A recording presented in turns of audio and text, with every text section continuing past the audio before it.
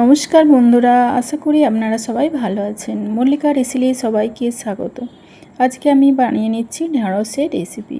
এইখানে নিয়ে নিয়েছি ঢ্যাঁড়স আর আলু, দিয়ে দিয়েছি লবণ আর হলুদ গুঁড়ো, লঙ্কার গুঁড়ো, দিয়ে দিলাম 1 চামচ বেসন, দিয়ে অল্প জল দিয়ে ভালো করে মেখে নিতে হবে। এইভাবে ভালো করে মেখে নিলাম, দিয়ে কিছুক্ষণ রেস্টে রেখে দিলাম। এইদিকে একটি গ্যাসের মধ্যে কড়াই বসিয়ে দিলাম। কড়াইতে দিয়ে দিলাম সাদা তেল। তেলটা গরম হয়ে আসলে তাতে দিয়ে দিলাম মেখে রাখা ঢ্যাঁড়স আর আলু।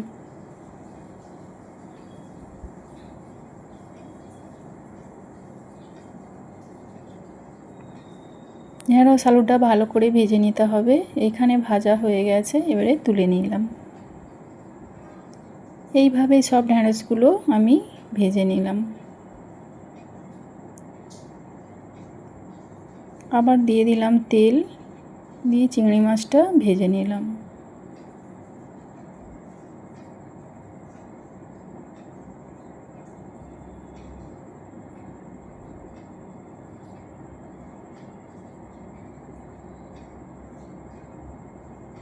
দিয়ে দিলাম অল্প তেল, দিয়ে দিলাম 5 ফোড়ন, তেজপাতা আর কাঁচা লঙ্কা।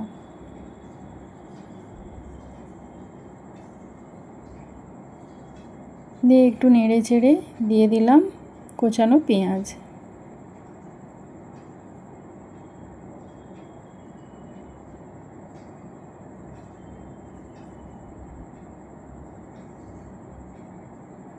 পেঁয়াজটা এখানে একটু ভাজা ভাজা হয়ে আসলে দিয়ে দিলাম কেটে রাখা টমেটো।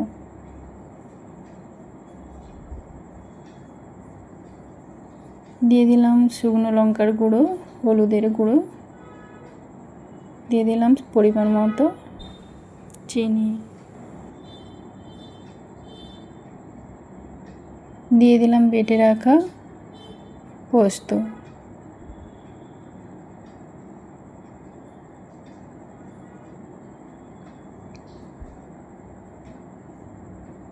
দিয়ে দিলাম পরিমাণ মতো লবণ, দিয়ে এইভাবে ভালো করে মশলাটা কষিয়ে নিতে হবে।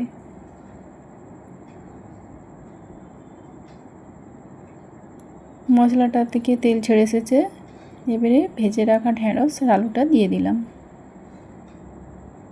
ভেজে রাখা চিংড়ি মাছটাও দিয়ে দিলাম, দিয়ে একটু নেড়ে চেড়ে দিয়ে দিলাম জল।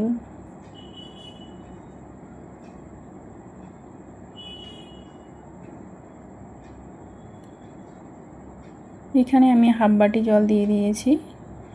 এইভাবে কিছুক্ষণ রান্না করে নিতে হবে। আশা করি আপনাদের এই রেসিপিটি ভালো লেগেছে। ভালো লেগে থাকলে একটি like, comment, share and subscribe করে দেবেন, আর পাশে থাকা বেল আইকনটি প্রেস করে দেবেন। তাহলে নিত্য নতুন রান্নার ভিডিওগুলি আপনাদের কাছে পৌঁছে যাবে। এইভাবে একবার রেসিপিটি বানিয়ে খেয়ে দেখবেন। ভাতের সাথে খেতে এবং রুটির সাথে খেতে খুব ভালো লাগে।